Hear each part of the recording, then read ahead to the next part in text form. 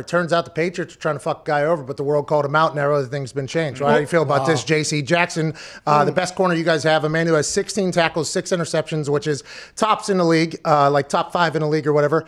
He was left off the Pro Bowl ballot by the New England Patriots, who have to put forth a Pro Bowl ballot with their players on it. So very interesting that the Patriots, are they trying to hide J.C. Jackson, or was just a clerical error? Was just a clerical You're error? getting a peek behind the curtain. I mean, we haven't had a Pro Bowler since 2013 because our best players we keep off the Pro Bowl ballot on purpose so they don't get any shine. Therefore, they come back in free agency. I mean, this is probably something that other teams are going to start picking up. You know, maybe if we have a young player that no one knows about, let's keep him off the Pro Bowl ballot, even if he is having the best year of any corner in the NFL. Okay, so let's go ahead and fuck this guy completely because he's doing well for us. Well, no, we'll give him a great deal at the end of it. Probably incentive base. I mean, a lot of good things coming in. Probably only $1 million guaranteed. But you got to prove it. That's what, Bill. What have you done for me lately? It's very interesting because I did not know that the Pro Bowl ballot thing had to be submitted by the team. Okay, I did not know that until this situation popped up. I did not know that.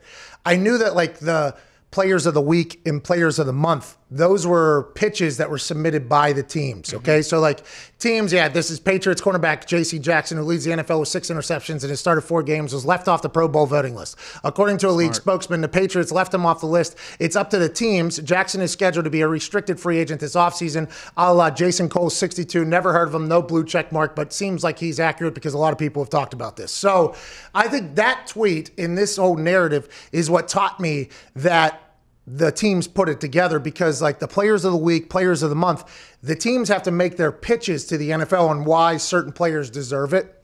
So I remember there was a couple weeks where I had a massive week, right? I had an absolutely massive week. But Vinny maybe broke a milestone because Vinny was playing for like 18, 20 years or whatever. And somehow somebody would win Special Teams Player of the Week. Neither Vinny and I would win it or whatever, but somebody would win it.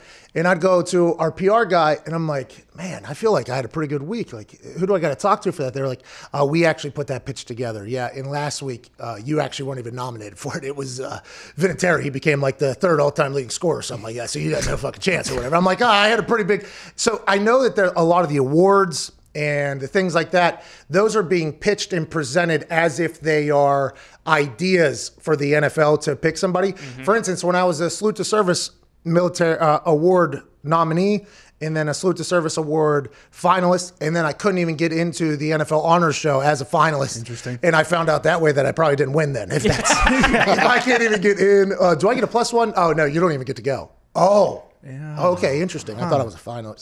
So I didn't win. So I didn't win. All right, got it, didn't win.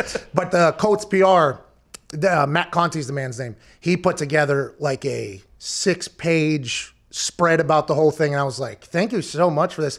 And I learned about, by the way, the amount of money I had given away in that thing. And I read it and I was like, that much you think? He was like, probably more, dude. You know, every week you give this and this and this and this. And I'm like, I did not know. Really? I mean, I should win with that amount, right? He's like, you would think so. And then it turned out there was like 2 vets that they actually served the country. Oh, okay. So like they ended up winning, or their dad served the country or something like that. But that was the PR. So it's amazing. I didn't know I should have assumed, I guess, that the Pro Bowl was like that. But it's amazing how many of these things are actually being presented by people. So you can see how there's a potential narrative to some of these. Sure. Oh, interesting. I don't want to say it's bullshit, but is some of it potentially a little bit of bullshit? Oh, are the Patriots just trying to tell the rest of the league, like, hey, some of this is just bullshit. Look what we did. By the way, they put him on the Pro Bowl ballot this morning or whatever after it was talked about. So maybe Bill Belichick, he's such a good coach and he's going to go down as a name synonymous with the league. He wanted to expose something that was going on so the rest of the world could know about it. That's probably what it was, right, Connor? I mean, that's basically exactly what it was. I was just going to get to that point, but you took the words right out of my mouth, so I don't even have to touch on it. Yeah. Kind of fucked up they left him off, though, for sure. Yeah. Well, you know. I didn't know he existed until this morning. Connor's been screaming his name from the rooftops in here.